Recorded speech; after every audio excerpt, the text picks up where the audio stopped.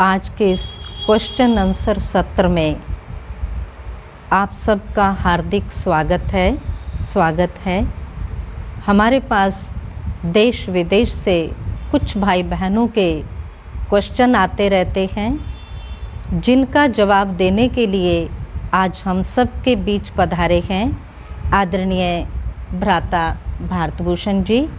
आप scientist engineer wing के national coordinator हैं।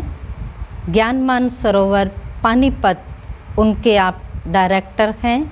पानीपत की सेवाएं भी आप बहुत विधिवत सुचारू रूप से संभालते रहते हैं।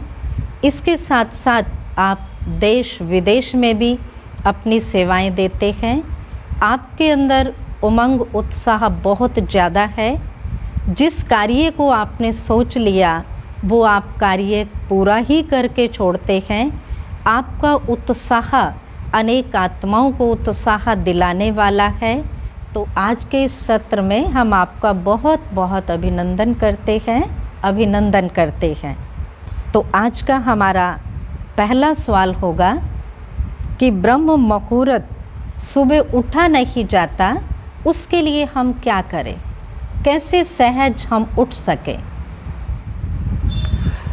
बहुत पुरुषार्थियों का ये प्रश्न अक्सर रहता है कि हम ब्रह्म मुहूर्त सुबह सुबह 4 बजे उठना चाहते हैं लेकिन उठा नहीं जाता।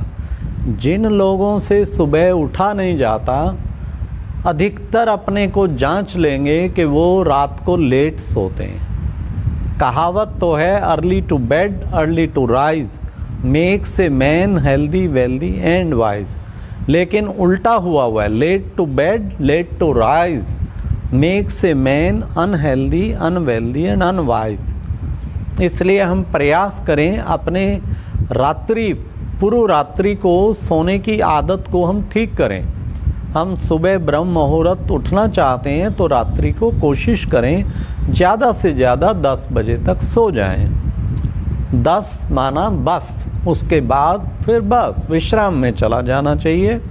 और फिर 10 से 4 तो ठीक है, 6 घंटा स्लीप चाहिए। और फिर 4 बजे उठ के फिर मेडिटेशन हम कर सकते हैं। और फिर भी अगर इसमें मुश्किलात होती है तो रात को सोते टाइम दृढ़ संकल्प करके सोएं और परमपिता परमात्मा को सुना के सोएं तो आपको अवश्य भगवान की मदद मिलेगी। और तीसरा, रात को बहुत ज़्यादा भोजन ना करें। ज़्यादा भोजन, तामसिक भोजन, वो बहुत ही ज़्यादा आलस्य भी पैदा करता है और निद्रा भी पैदा करता है। रात्रि का भोजन मेडिकल एडवाइस के हिसाब से भी बहुत हल्का होना चाहिए, उससे आपको सुबह उठने में दिक्कत नहीं होगी। और फिर और सबसे मेन, अगर आप कुछ मदद भी ले सकते हैं शुरू में अपना संस्कार बनाने के लिए, तो अलार्म भर के रखें और कोशिश करें अलार्म थोड़ा सा दूरी पे रखें। कई बार व्यक्ति जैसे अलार्म बजता है तो उस वक्त थोड़ा अर्ध जागृत अवस्था में वो उठ के उसे झट बंद कर देता है और फिर सोया रहता है, तो थोड़ा दूर होता है तो वो फिर उसे उठना ही पड़ता है बंद करने के लिए। इसलिए ये छोटी छोटी युक्तियाँ अपनाएंगे तो आपको उसमें मदद मिलेगी। लेकिन सबसे ज़्यादा आपका दृढ़ संकल्प और एक प्राप्तियों का पता हो। अगर किसी को सुबह 4 बजे कोई 1 लाख रुपया देने के लिए पैकेट रोज़ आता हो तो उसकी नींद 4 बजे तक तो 3 बार खुल चुकी होगी। अगर हमें ये पता हो 4 से 5 जो मेडिटेशन करते हैं उसमें प्रभु से हमें बहुत कुछ प्राप्ति होती है, तो फिर ऑटोमेटिकली आपकी नींद खुलेगी। फिर आप एकदम सोचेंगे नहीं, ये मिस नहीं करना, ये प्राप्तियों की वेला है, ये बहुत ही शक्ति प्रदान इसमें होती है, भगवान से वरदान मिलते हैं। तो फिर आप उसको अमृत वेले को कभी मिस नहीं करेंगे और ब्रह्म मुहूर्त अवश्य उठेंगे। ये मैंने कुछ आपको युक्तियाँ बताई।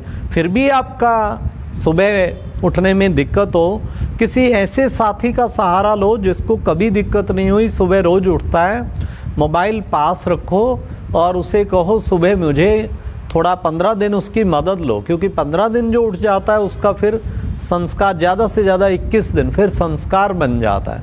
तो सुबह उठते वो फ़ोन आपको 3:45 बजे फ़ोन करे 4 बजने में 5-7 मिनट पे फिर शेयर करें आज हम कैसे मेडिटेशन करेंगे, और फिर मेडिटेशन करें तो आपका ये संस्कार सदा के लिए आलस्य का ख़त्म हो जाएगा और आप ब्रह्म मुहूर्त उठकर आप अधिक आनंद ले पाएंगे। भ्राता जी, आपने बहुत सुंदर जवाब दिया। अभी हमारा दूसरा क्वेश्चन ये रहेगा कि फिल्में देखने का शौक़ है, उसको कैसे समाप्त किया जाए? फिल्में देखने का शौक़ बहुतों को होता है, बच्चों को, बड़ों को, सभी को, क्योंकि मनुष्य का समय पास नहीं होता तो उसके लिए यही एक साधन होता है। परंतु जिन व्यक्तियों को टाइम की वैल्यू है और जो समझते हैं कि ये टाइम बहुत अनमोल है, इसके एक एक सेकंड में मैंने सफल करना है और बहुत अच्छी कीमत इसकी निकालनी है, तो उनको फिल्में देखने के लिए टाइम कभी नहीं मिलता।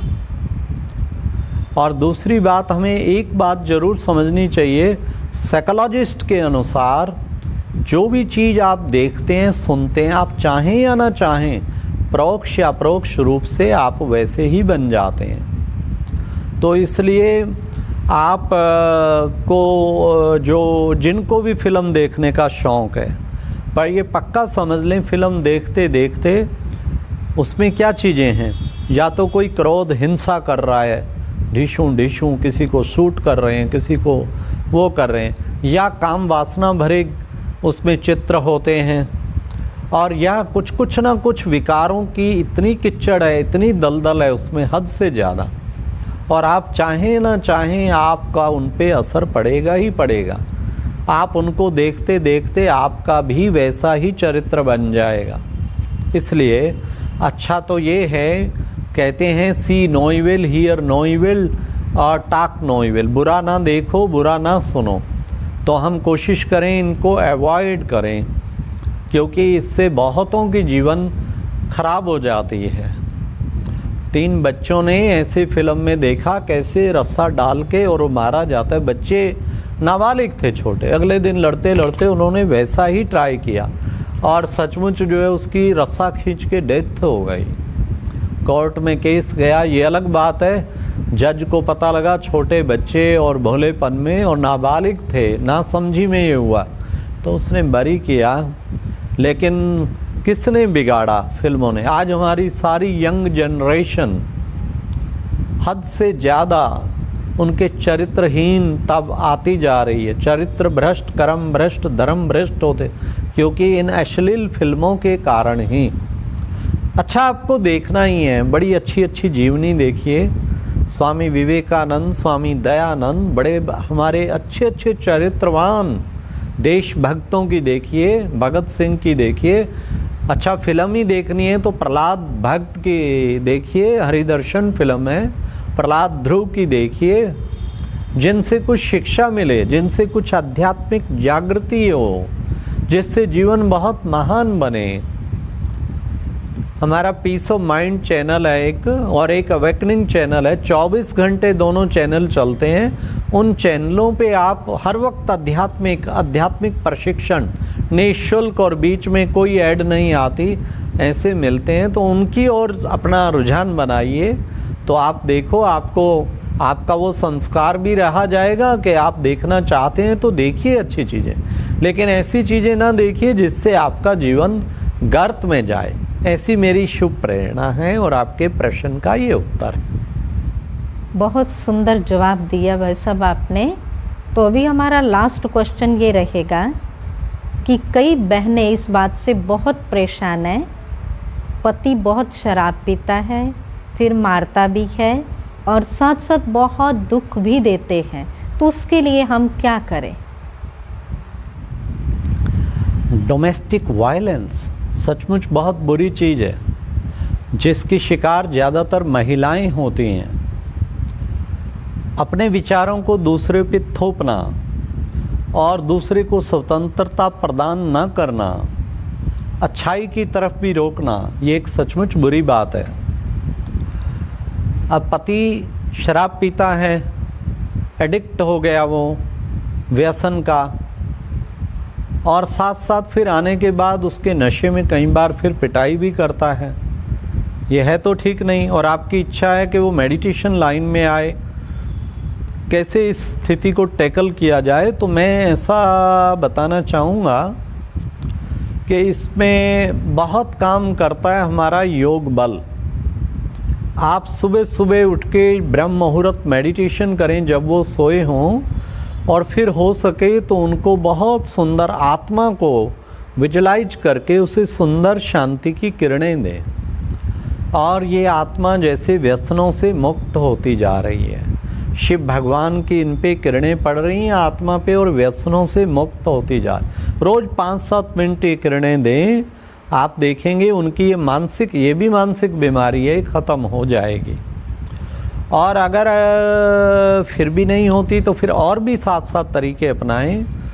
आप जो है कुछ अच्छी तरफ उन्हें ले जाने का प्रयास करें। जैसे हमारे माउंट आबू हेडक्वार्टर पे शिविर लगते हैं, लोकल सेंटर पे लगते हैं, उन्हें कोशिश करें कोई शिविर अटेंड कराएं, तो राजयोग शिविर से भी इतनी शक्ति आ जाती है जिससे इससे छुटकारा हो जाता है।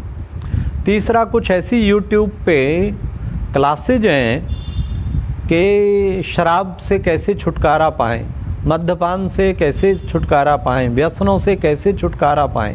खासकर ब्रह्मा कुमारी ईश्वर विश्वविद्यालय के डॉक्टर सचिन हैं मुंबई में, वो इस पर क्लासेज देते हैं। तो आप उन क्लासेज को अगर उन्हें सुनाएं तो उससे भी असर पड़ेगा। और लास्ट, कुछ एक ऐसी होम्योपैथिक दवाई भी होती हैं, वो डॉक्टर सचिन भी देते हैं, और अक्सर शहर में भी होम्योपैथिक वहाँ से मिल जाती हैं स्टोर से। तो वो शराब छोड़ने की भी दवाई है, जो कि आप उनको दूध में पानी में डाल के देंगे, उससे ऑटोमेटिकली उनको उससे छुटकारा होगा। और जहाँ तक है कि वो पिटाई करते हैं, तो कभी कभी प्यार से बैठ के आप उनसे इंटरेक्शन करें कि मैं भी प्राणी हूँ घर का, देखो ऐसा अच्छा तो नहीं लगता। फिर शुभ भावना से उन्हें बताएं। और अच्छा, ये अगर ईश्वर ज्ञान में कोई अच्छे VIP कहीं ज्ञान में चलते हैं, बहुत अच्छे वो हैं, तो उनके द्वारा भी उनकी सेवाएं कराएंगे, उनको घर पे आमंत्रित करके, कैसे भी करके, तो उससे भी असर उन पे अच्छा पड़ेगा और उनके जीवन में परिवर्तन होगा। फिर भी यूँ कहूँगा सबसे ज़्यादा इसमें योग का काश काम करेगा, जिससे वो आत्मा बदल जाएगी। अच्छा, ओम शांति। बहुत बहुत धन्यवाद आदरणीय भ्राता जी, आपने बहुत सुंदर आज के इन क्वेश्चनों का जवाब दिया, तो हम फिर से आपका बहुत बहुत धन्यवाद करते हैं। अवश्य ही हमारे दर्शक आज के इन जो सवाल आप सब ने पूछे उनके जवाब से संतुष्ट हुए होंगे। तो आज का सत्र बस इतना ही, फिर मिलते हैं अगले सत्र में। ओम शांति।